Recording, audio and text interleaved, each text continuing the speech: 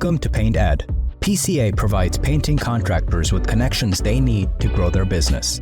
To find out more and to become a member, visit pcapainted.org. Find more great content just like this on PCA Overdrive. A subscription to the platform is included with membership. For all you non-members out there, sign up for a free trial. PCA Overdrive is available on the App Store and Google Play.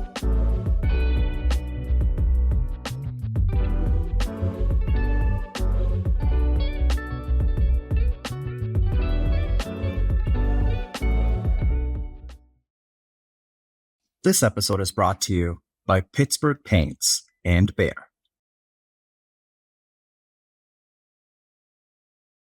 You have to have a system in place which automatically incentivizes them. So outside of the SOPs and the price guides for an estimator and production SOPs and all that, comp plan is the ultimate system. If you set it up right, you typically don't need less management. The comp plan will take care of a lot of it.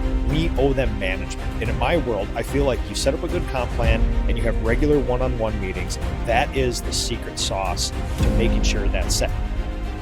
Welcome to a special episode of the Elite Business Advice Podcast. My name is Chris Moore, the founder of Elite Business Advisors, your host here for the EBA podcast. We're also live on Ask a Painter today. Apparently, I am the guest host, and I'm stoked about that. I'm honored to be here doing a special edition of Ask a Painter and also Ask the Expert for our Elite Business Advice podcast. We're here in Cleveland today. We are with Sherwin-Williams out here doing the virtual business builder conference webinar that's going to happen this afternoon. And so I figured, why not take advantage of having my two good friends here with me, Michal Cheney with No Drip Painting and Nick Slavik with the Nick Slavik Painting and Restoration Company out of Minnesota. So we had to take advantage of this. And so we put some stuff out on our social media. We sent some stuff out in our Slack channel to our clients about what questions would you want to ask Nick and Michal one-on-one here today in this episode. And it's really funny. You guys may not be able to see this. We have cameras rolling everywhere because that's just who we are here in this industry, and it's a ton of fun, and I'm excited to jump into it. So I hope it helps. Thanks for plugging in. This is the Elite Business Advice Podcast and Ask a Painter. All right, guys, thanks for joining me. I'll set that mic out, whoever wants to jump in here. Michal, just tell us a little bit about yourself for anybody that doesn't know you. Oh my goodness. Well, currently I'm sitting at the foot of the brand new Sherwin-Williams headquarters in Cleveland. Yes. And man, what a building. So my name is Michal Cheney. I'm the owner of No Drip Painting, where we are changing lives through paint. Yes. And I have the honor of sitting on the PCA board with this guy next to me.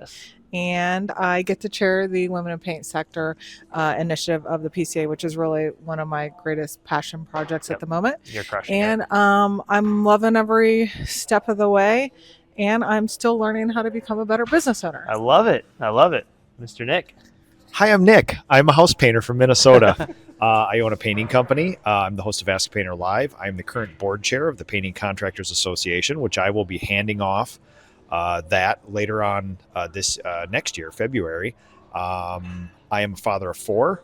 I love the outdoors, and we're in tropical Cleveland today. I love it. All right. Well, Nick, the first question's going to you, actually. I got one clipped on me. Okay. You're good. Yeah. So question number 1. What's the story and philosophy behind 1.1x? Everybody's seeing the shirts. They're picking up on what we're trying to subtly drop on social media and throughout the industry. What's the quick backstory behind it? How did this get birthed in when we were all together at your retreat? Yeah, beautiful, organically at the retreat. And it's not in opposition to this Grant Cardone 10X crush it business bro thing, but it's just an alternative if that doesn't fit your personality profile, because there's many philosophies of not just hey, how do you structure your business, but how do you go about life to structure a life and a business. And there's not one right or wrong, but you have to pick one that fits your personality. And for a lot of us at the retreat, we really found that there's obviously a mix of philosophies, but 1.1x seems to fit because some of the most successful people we know do 1.1x, and they're far more successful than times in our lives. I mean, I know we've all at times have tried to 2x or 10x, something like that. And there's times in your professional career where you have to do that. It's necessary, but you can't live a life like that, at least with my personality. So yeah, it's more of do a little bit, be intentional. You will always underestimate what you can get done in a year, but you will overestimate what you can get done in a week. That's sort of the philosophy. I love it. I love it. So, Michael, I'm going to throw this one over to you. How do you maintain, and Nick, I want to answer this too, how do you maintain your culture and your quality during these periods of growth that Nick just kind of mentioned, whether it's 1.1x or 2 or 3x as you've gone through those stages? Well, I first want to say I was at that retreat, and I think you might have come up with that 1.1 late at night after a few beverages. I don't know. I was asleep, so I'm not. There's a party barge out on the lake. I'm not. No, it was frozen. The lake was frozen. This is January. Okay, there you go. Yeah. We were not on a boat, just to clarify. Yeah, no, really, culture is what we're talking about. Yeah. So I will tell you, like, as I grow my business, I am now super invested in culture because I know that this thing can't get to the next level without a solid culture. So what I'll say about culture is that it certainly starts with me. And I am learning how to become a better leader. Yep. And, what I've discovered about the culture of my business is that in order to understand what I want that to look like, I really need to take a deep dive into who I was and what my own core values were. Because the business is, in my opinion, just amplifies who I already am. And when I kind of went through an exercise, and this was with a lot of help, a lot of coaches, a lot of therapy, let's just say, to understand really what my core values are, I have then been able to slowly implement it into the business. And I want to say slowly because years ago, when I used to watch people like Nick, I think he was the only one I found for many years, I would hear people just talk about core values and what their core values were. And I said, okay, well, now I need core values. And I remember just sitting down by myself, creating some core values, and I had a whole list of them, right? Yeah. I think I might have stolen some from you, Nick. I stole from somebody else. Yeah. Luckily, Nobody's came up with them organically. Luckily, Created a new value. In the Right. last Right. years. Exactly. But the interesting thing is I had these values and they guided me for a while. But interestingly enough, in the last couple of weeks, actually when my team and I were in San Antonio at the residential event, I got to partner with Tracy Clayman, who is a presenter there, and my coach mentor, Tara Riley. And they sat down with me and my team, and we actually redeveloped our core values for where we are now. Yep. And so what I will say is even going through that exercise, that plays into the culture of the business now. Yeah. My team that was there is really invested in what we've created. We feel really strong about it. And I'll tell you what, we got emotional in that session. We really connected. And so to me, the culture starts with who I am, who my team is. It gives me a guide, a backdrop for how I'm hiring now. It gives us a guide for difficult decisions. Yeah. And so I would talk about culture from a core value standpoint because that's where I'm at right now. And I'm really invested in making sure that we can live up to these core values that we've decided. And now we want to amplify the business with the guide and the backdrop of these core values. I love it. Nick, I'm going to go to you in a second here on that. But, sure. As we're talking through this, like I started working with Jeff Cornwall, AKA Maggie Kuiper's dad. And he recommended the infamous book, I'm sure you've read it, Growing Pains, which is a 415-page dissertation that will take me forever to finish getting through. Yeah, literally. Thanks for that heads up, Jeff. Yeah, he's like, read the first 3 chapters before our next meeting in 2 weeks. And I was like, yeah, sure. And I look at it and I'm like, we'll get through 2 if I'm lucky. But in that, he talks about like how as you're growing your business, you're going to evolve and change in organizationally, leadership, and I think even in core values, right? Because again, as you mentioned, Michael, in the beginning, you're sitting down doing the core values, right? Now you have a leadership team that you can sit down and redefine the core values that will take you from where you're at to where you're going to go next. And I had the same conversation with one of our clients this morning, similar size business to both of you guys. And that was exactly what we said. What got you guys here won't get you there. Right? We have to have another level of thinking, another level of culture and leadership. And sometimes it is just redefining core values as much as it is redefining systems. So, Nick, anything you want to share on that? Like, how do you maintain that culture and quality during your growth stages? Yeah. So, I mean, let's all be upfront and honest. Sometimes you don't. Yeah. Like I think advice. I haven't 10x'd. I've 2.3x before. Yeah. That is wild. If you've ever tried any of that stuff, I mean, that is a crazy way to live life. 2.3xing your business when you're not going from 100K to 200K, but going from 1.3 to 2.6. Like that's a wild ride. And I'll just give yourself grace. when you add a whole bunch of people and add a bunch of systems and you've never run a business that size before, it's not going to be perfect. And sometimes you're going to question everything you've ever done. And as far as culture goes, culture is sort of like the through line, the purpose of your company that will get you through it all. But you have to be careful that, you know, as business owners, we like to make our poster of our core values and tell people what our culture is, but that's what you say it is. Yeah. There's a lot of people that will challenge you and say, what if I asked all your people? What would they say your culture is? And for our business, our culture is, outside of the core values, it's standard and empathy. And culture is the way you treat other humans. And I realize that outside of, you know, gain and maintain trust, produce, you know, discipline equals freedom, all these core values, there's standards and there's empathy. We hold each other to the standards, but if you want 4 weeks off to take care of your ailing mother, you do it too. So it's one of those, like, that's how we treat each other is another great way to define your culture. I love it. Do either of you guys miss like versions of the smaller size businesses you have, right? Yes. Wait, were you finished? Oh, you had more to that? That was so good. Elaborate on that. I mean, well, I feel will like tell I know where you, you're going to go. There is something very appealing to me about this idea of lifestyle business. You know, we see some of our friends do it. Christian. I just did a podcast live with Nikki Ramian. And there's something very appealing about that, right? Where you don't have to manage people. And if you love to paint, you get to do that craft. And so, you know, when I hear those things, there is a part of me that says, you know, why am I going in the direction I am? And I check myself on that. Now, at the end of this, I still believe that what I'm doing is it's still what I want to do, right? I am bought into what I'm doing. But there is something very appealing about having a smaller business with less people, less customers, because the cool thing that I see, especially with some of these young people coming in the industry, is that you can have a really nice, solid, cash-heavy business at $1 million, and probably even less, right? Oh my God!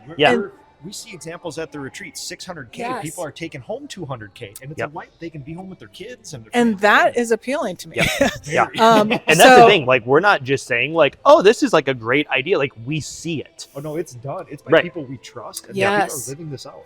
And so when I see it, I'm like, you know, wow. If only I had knew then what I know now, maybe that would have been my course.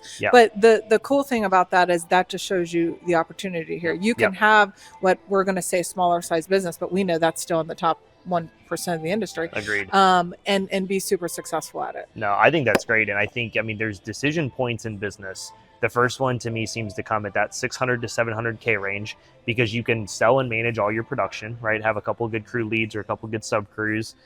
Have that lifestyle balance, right? The next one comes in about that 1.5 million mark, where you may have a project manager, estimator, office manager. We kind of call it the fully systematic business, because jobs can get sold, jobs can get produced, invoices get paid, and things get scheduled, and it's not revolving around you as the owner, right? That's the first time you really get true freedom in your business. You're still needed, but you get that true freedom from the day to day. And then the next decision point comes in at like 3 million, when you've doubled all that, right? And then there's kind of like that in between where you got to get it on the journey you're on, Michael, to a spot where then you are more, again, out of the day to day. So it's definitely a journey, and I was curious to hear the answer to that when somebody asked that. Yeah, I've this last year I've had a lot of bit of deep wisdom and perspective imparted on me by all my friends in the industry, and one of them is the advent of the real lifestyle business. And we've always kind of dabbled around it. We've always seen our weird friends do it, but now it's like it is a thing, and people are not just tripping into a lifestyle business, they're intentionally doing it, which is cool. The other, well, thinking about a smaller size business, I'm very careful, because we give a lot of advice to people who ask for it, right? Yeah. And the problem is, like, we can sort of guess what their disc profile is like and what's going on, but growing a business is a complete reflection of your personality and your purpose in life and what you want to accomplish. And you need to answer the question, is this painting business the appropriate vehicle, and at what size, for you to accomplish something bigger than just grow a painting business? Because growing a painting business isn't the goal. it's something outside of it, which is, you guys have witnessed this in me. It's the hardest thing for me to admit that my purpose in life is not to paint houses, not even to run a business. It's something outside of that. But this is one hell of a vehicle to get that other purpose done. So answering that penultimate question helps. I do also miss scraping barns. So I don't miss scraping anything, if I'm being honest.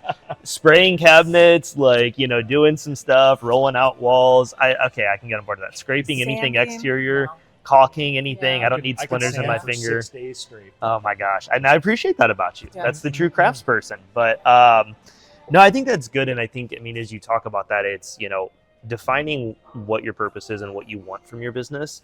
And again, what role does your business play in your life or your bigger financial picture, right? I know we talked at the retreat, Nick, I know you have some real estate and different things too that you use the profits from the painting company to reinvest and build a bigger kind of diversified portfolio. Exactly, right? Like, and so for you, it's like, you view your painting business as that vehicle, not the end all purpose. And I know you and I've had some conversations about that on a personal and it all level. ends up being a passion. Right. Then, It does. And the whole thing, not just one little, I like priming this. It's like, no, I like my painting business. I like Ask a Painter. I like the real estate. I like the PCA. I like, it's all together. Then it becomes a super passion. Yep, exactly. So, Michael, I want you to elaborate a little bit kind of on this journey that you've been on the last year and a half since we've gotten to know each other. You stepped into the sales manager role, really defined that position, hired that position out with Dan. Then you stepped into ops role for a little bit as an operations manager and really defined that, and recently promoted Katie into that role here recently. So I don't want to tell the whole story there, but like, just kind of elaborate anything you want to share on that. And then also, like, what's one thing you've learned in putting these managers in place, and maybe focus on sales since you've, had the most time with that this year? Yeah, so I'm doing this because I understand my end goal, right? And I will tell you, probably about 3 years ago, I was actually at a point where I didn't really think I wanted to grow. Yeah. I was starting to see people who were having smaller businesses and who were super efficient and making a good life for themselves. But I'm going to tell you really what happened is I got involved with Women in Paint, and I saw women who were doing this. And I said, well, if they can do it, I can do it. Yeah. Right. And then I got a little more focused on what I wanted my life to look like. That's cool. And so that's why I've decided to grow this business. And you're exactly right. It was me running sales, running operations. And the first thing I wanted to replace was sales. I knew I needed someone who really knew sales. I had gotten us to where we got, and that was great. But it was time for like a real expert. So I brought Dan in, and now we've got a more formalized sales system structure, right? We've got all the things. And then I moved over to production. I created the structure in there. I'm pretty good at creating structure and processes, so it's been enjoyable for me. But also, I don't have a passion for production. That's not my jam, right? Yeah. So Katie's now filling that role, and really what I believe about the both of them is that they can do those roles way better than I ever could. So now I'm over marketing, creating the structure, the systems. I'm not an expert at marketing. I listen to people who have had success, and I just do what they do, right? And so the next job is to find someone that can take over marketing. And I'm doing that again because, one, I understand what I love about the business, which is more the visionary piece. And I do have some passion towards some of the structure and processes, which I'm getting to do. But that's the path that I've taken. And so far I'm enjoying it. And it's stretching me as a person, stretching me as a leader. I have gotten a few more gray hairs and things like that along the way too. But look how well Nick rocks his gray hairs. You guys look great. You know what I'm saying? Apparently I have a few Over the too. last 2 So years, it has migrated from here to here and it's filled out mainly because of stress. no, I get that. So it's just part of it. But yeah, that's exactly what I'm doing. And I have big goals here. My team is bought into it, and we're gonna keep crushing it. I love it. Well, we had a conversation yesterday that, to piggyback on the first thought here, about belief in yourself, right? And I think that's why the PCA is so important to all of us, right? Your talk 2 years ago about PCA building you hit me hard because PCA has built us as a company, and I know it's helped with you, Michael. And I think there's hundreds of people, if not close to 1,000 at this point, that could say the same. And so we talked about, like, you have to believe in yourself and you have to get around people. And I think that's the best thing about PCA and Women in Paint and all these different, kind of subsectors that are being formed in the PCA, is it gives us that belief, right? That if they can do it, I can do it, right? But I appreciate the way that you've gone through. The main point I want to make on this is like the way you've gone through and done this, because I see way too many people say, well, we need a sales manager. They hire a sales manager and they just throw them into this role with no structure, with no guidance. And there's a great book called Who Not How out there that can help you discern between that, right? But I think you've like intentionally built the structure in the way that you want it to be, and then you empower Dan to come in and redo it, right? And that's, I think, the difference between how you're on this journey versus how I see a lot of people do it is they just hire and delegate and they just go. And then it doesn't go well. And then they're like, well, what the heck's going on? Or why isn't this working? It's like, well, you didn't get the structure to then allow them to go empower and do the right things they needed to do. So I applaud you for the way you've done that on your journey. So. But Chris, that's only because I did it the wrong way for a long time. That's okay though, right? Sometimes we got to learn the hard way. Yeah. And I did used to throw people in, and it didn't really go that well, it turned out. It's a necessary hero's journey for all of us to do a whole bunch of crap wrong, because you're always going to test it. You're always going to grab that wire. Yep. Well, and I tell a lot of our clients too, sometimes you need to go through that first hire and turn it over, or second, or third. Or 30 seconds. Yeah, or whatever, before you finally go, oh, okay, now I see how this should be done. And again, sometimes you honestly don't know until you do it. Most right? of it. Yeah, exactly. So, Nick, I want you to elaborate a little bit on how you're viewing your business in 2 6-month segments. We've had some discussions about this when we were in San Antonio a little bit yesterday in the truck.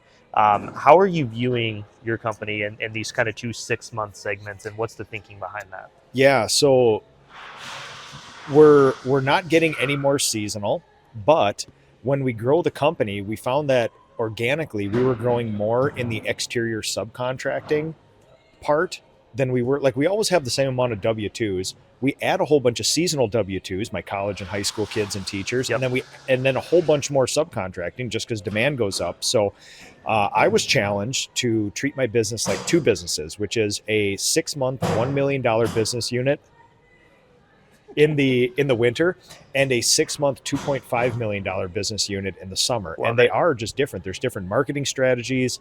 There's different rhythms to the day, the week, the month.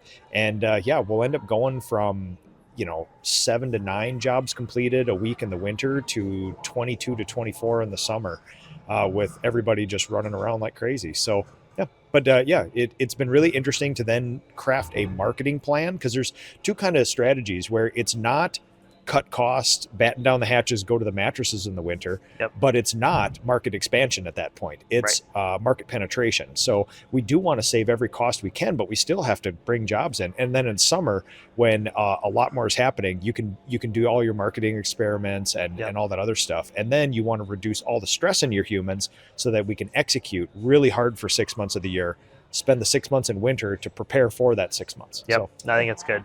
But I think everybody kind of knows there's like the seasonality of the business, but I think the way that you're just looking at it in 2 very structured components, with 2 completely different defined goals, is key to it. And I think obviously, the way you can compartmentalize things is why you've been so successful through this. Well, and it's been a hybrid thing. I've learned from a lot of other people too, and I learned from the extremes, which is I was the extreme, 1 person or 2 people doing the same amount of production every week of the year. Yep. And so when I grew my business, I was like, we want to make $1 million divided by 52. There you go. That's not how it works when you grab a bunch of people. No. So I learned from the extremes of single owner Nick, but also Jason Paris, which is, in the advent of their business, they're doing $5, $6, $7 million in like 5.5 months of the year. So you look at what their benchmarks are, they can't do a standard 10 to 15 net profit in the summer. They need to have a 28% net profit because they carry their leadership team. So there's a similar structure where you could make the argument that once you get past $2, $3, $4 million, you may, to in order to keep your leadership team intact in the upper parts of the country, you may have a break-even strategy, or don't lose that much strategy for winter, so that, if you go negative 5% net profit, which has been the case in some of the years of growing in the winter, then you get to bust out a 27.5% net profit in the summer, and then it equals 12.5% net profit at the end of the year. So 2 weird different strategies, but like you said, every year that changes and grows because the business isn't the same every year. Yep. And again, when you're at the 600K, and not that winter's not a reality, but the pressure is different, right? Because you typically don't have the leadership. And so looking at it and like, hey, here's our goal.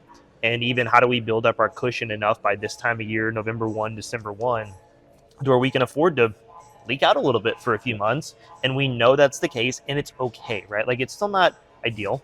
But I think, at some point, how much do you spend in marketing just to try to break even versus just take the little bit of a loss and use that time to rest, use that time to build, to prepare for that next 6 months and just make up for it. But also setting expectations, which is like, when I started my company, I was like, everybody gets 40 hours a week no matter what. Yeah. I don't care for 4 months. We don't have any work. I'm paying you because I care about you. Guess what? That's just, the intent is great. Yeah. It's not better for because you're a good human being. It's not better for anybody. Right. In the end, just not how humans react. Yep. So setting expectations is a big thing. And over the last bunch of years, it's more been like, guys, listen, whether we all like it or not, we are in a seasonal business. Now, we may only be 60-40 summer, but there is not 1 week where I don't update every single human in my company by saying, it would behoove of you to get as many hours in at this time of the year. I'm not laying you off. You may only go down to 37 and a half hours a week in December and January. But either way, when you ask for as many hours as you want in June, you can work 110 hours a week. It doesn't matter. If you ask for 80 hours a week in December, might be a little harder, but setting that expectation is a good thing, and that's okay to do. Yep. When I think having the emotional expectation for yourself financially with that, again, a lot of people say like, oh my gosh, we can't lose money in the wintertime. And it's like, again, not ideal, but okay if it's part of your plan and strategy, right? If you're really just ballooning up and crushing it in that other 6 month stretch, it's okay to be part of the strategy. And some people just see the negative and they freak out and they're like, oh my gosh, this is terrible. And they start laying people off and cutting everything. It's like, okay, hold on. That's part of it if you're financially positioned to weather it. And so I think having the expectations with your team, but also having the emotional expectations with yourself about what is your business strategy. And I think that's where a lot of people fall short. They don't have a business strategy. They don't have a plan in place. This gets into a tough financial area because the average paint business lasts 18 months. And the problem is, in order to see if you're actually good at this, you need 24 months. You need 2 of those cycles because let's say you build your team, get some people, and you lose some money in a winter, but then you break even or even maybe go backwards in the summer a little bit. But you say, oh, the spark's here, our processes are there, we just need 1 more year.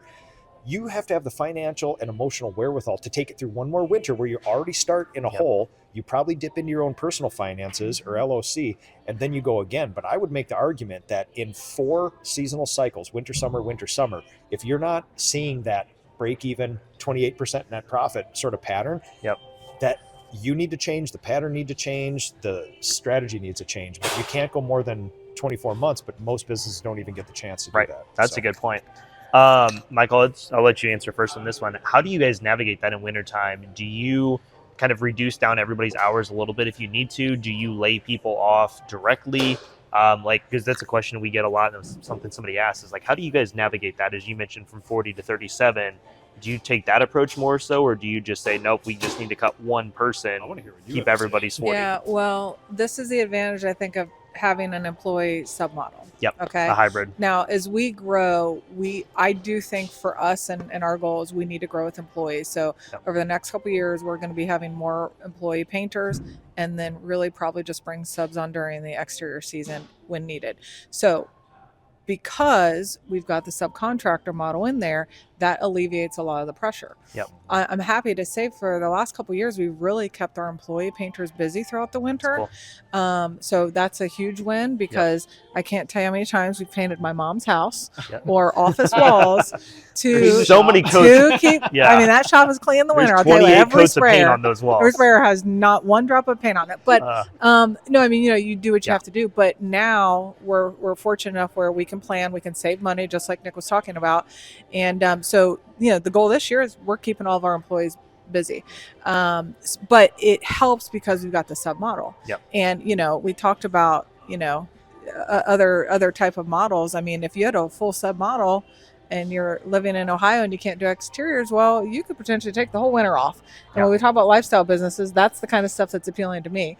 But yeah, we do strategically, we have the subs there. And one of the reason is because of that dark quarter that people call it. But as we're growing, I'm going to have a better plan. Like even what Nick was just talking about, where, you really try and get your net up high in that peak season, that can give you some leverage in the winter. That's good. So I will say that although I set proper expectations, we've done a similar thing where honestly, if you look at, you take all my W-2 employees, and divide all their hours for the year by 52, I mean, my guys probably average 38 or 39 hours. So there's already, and that's by their choice, not by mine. We have an unlimited overtime policy. We have for almost 18 years. And yes, people are taking advantage of it, even more so now that there is no tax on overtime that they can claim. But I will say that the problem is not finding work for my people and getting them 40. The problem is I could use a lot more hours out of my people. But also, again, remember standards and empathy. Like, we respect our people's family time, and we'll backfill with subcontractors. No, that's great. We have a couple questions here as we wrap up. Number one, you talked about standards, right? And having standards. And I think that's something both of you guys have done very well, is you have standards and expectations within your company. How do you follow through on that with people, right? It's one thing to tell a sales manager, an estimator, a PM, or even a painter, right? Here's the expectation. But then there's the other half of it that is the follow through. And this is something I see a lot of people struggle with. Any words of advice or how you guys kind of handle that in your day-to-day business? You're looking at me. So the first piece of that puzzle is to have clear goals, expectations, right? So we have KPIs for every position. And the expectation is that you're here to hit those KPIs. And so there's no confusion about that. And then we have tools in place. Like for our sales reps, we have a dashboard, and that dashboard, every day they can get in there and they can see where they are for the week, for the month. They also can see where they're at with their commission bonus, right? Which is a great incentive. But it's having the information right in front of them. They understand what the goals are. And then, from there, if someone isn't meeting the goals, I like to look at it first through the lens of coaching and leadership. What do we need to do to help them achieve the goal? And here's what it looks like for a sales rep. If a sales rep isn't hitting their numbers, then thankfully I have a sales manager now, but we're going to go shadow them. We're going to monitor the appointment. We're going to go with them. We have a whole structure on how we do that. Meaning, I'll just throw an example out there. I have some female sales reps and male sales reps, but it's important if Dan goes to monitor my my female sales rep, I want him standing in the background. I don't want the customer thinking that Dan's running the show, right?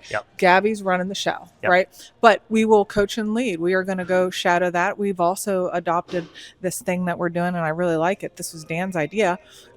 We will do weekly call blitzes. He will do one-on-one call blitzes. He will bring the sales rep in. They will sit together and they will do all of their follow-ups together. That's cool. So it helps with objection handling because right there, he's there to help with that. He's there to give feedback. But those are just tools that we have. And then, honestly, if someone isn't meeting their goals and we've done all of that, then we start questioning if it's the right person. We have a plan. Once someone's with us for 90 days, if they're not hitting our expected sales number, then they go on a performance plan, right? Love it. And the idea from a coaching and standpoint that we are really leaning into is that, after 90 days, if we put someone on a performance plan and they still don't hit the numbers that fourth month, then we as the leader need to feel good about the way we led and the way we coached. So that if we have to let them go, we aren't saying to ourselves, I should have done more. To me, that's the worst part of it. If I have to say, well, I didn't do enough and that's why they failed. So we want to set them up for success. We've got tools to do it, but ultimately they own the goal, they own the position, and we want that, right? We want them to rise up, hit the goals. We expect a lot out of them, and I believe that that's one of the biggest compliments you can give someone is to have high expectations of them. That's great. Question once more, just to make sure I'm... Yeah, how do you navigate following through on the standards and expectations you have on your people? Sure. Yeah, so pretty easy, which is... Oh, sorry, I didn't mean to set that in front of you. I'll just hold on to this. There's no... I'll put this is actually one of the best coffees I've ever had in my life. So I think there's the system side and then the management side. And I think they have to come together, which is, I'm basically going to synthesize everything you said. You're an awesome leader, which is you have to have a system in place which automatically incentivizes them. So outside of the SOPs and the price guides for an estimator and production SOPs and all that, comp plan is the ultimate system. If you set it up right, you typically don't need less management. The comp plan will take care of a lot of it. But like Michael said, we owe them management.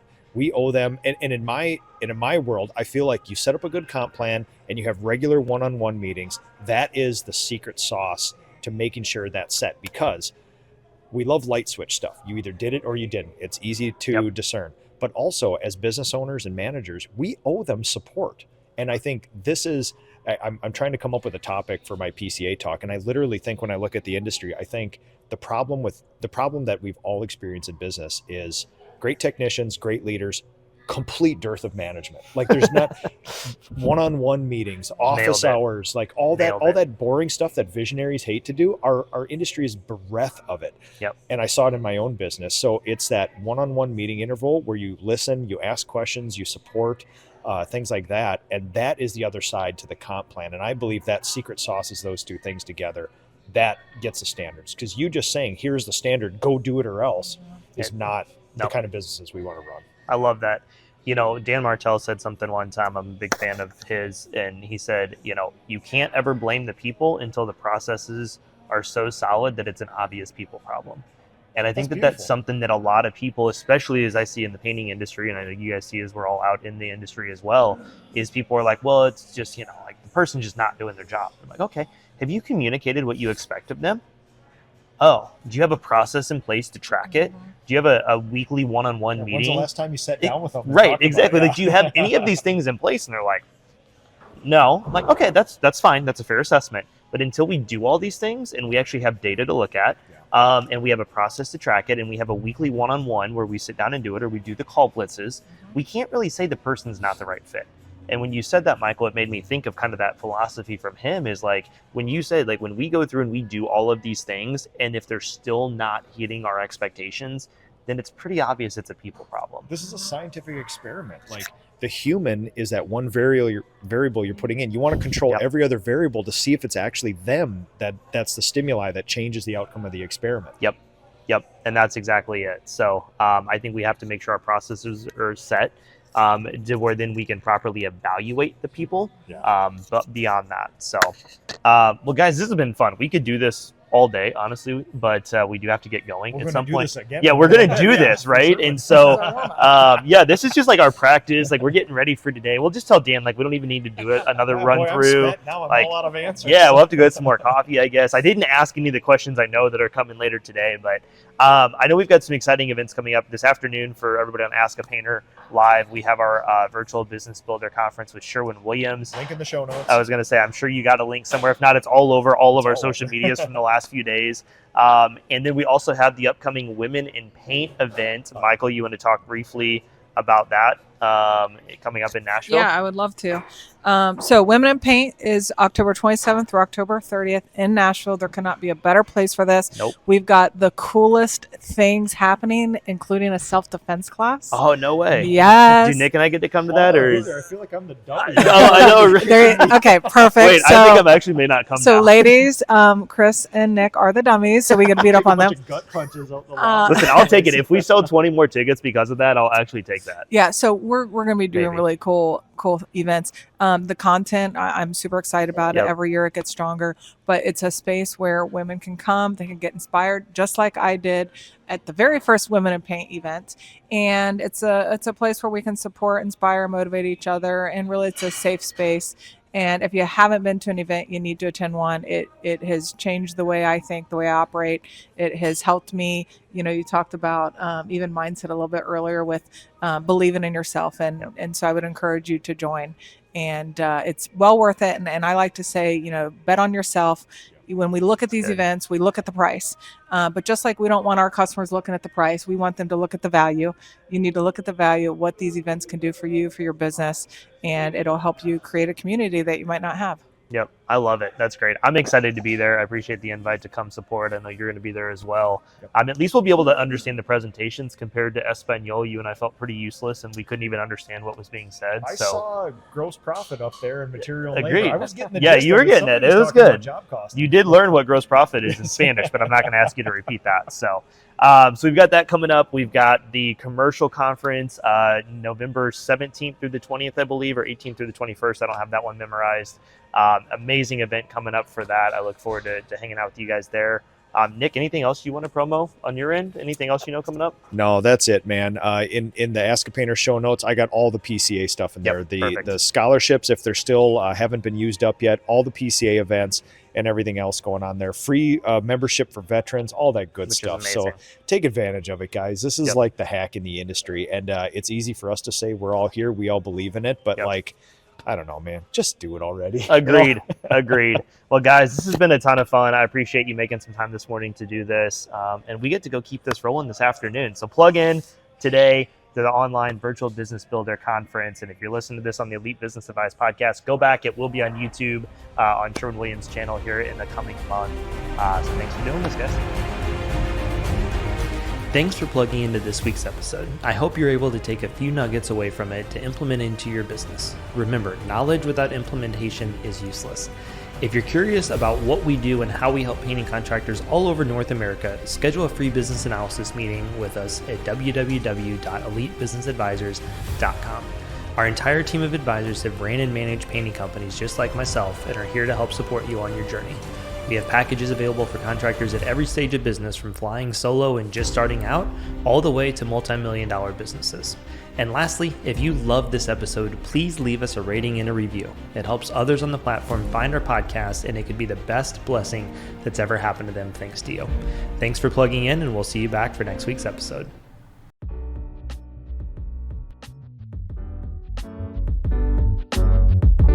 Paint Ed podcasts are produced by the Painting Contractors Association and are made possible by members and industry partners. To find out more about the upcoming educational opportunities or for more information about joining the PCA, visit pcapainted.org.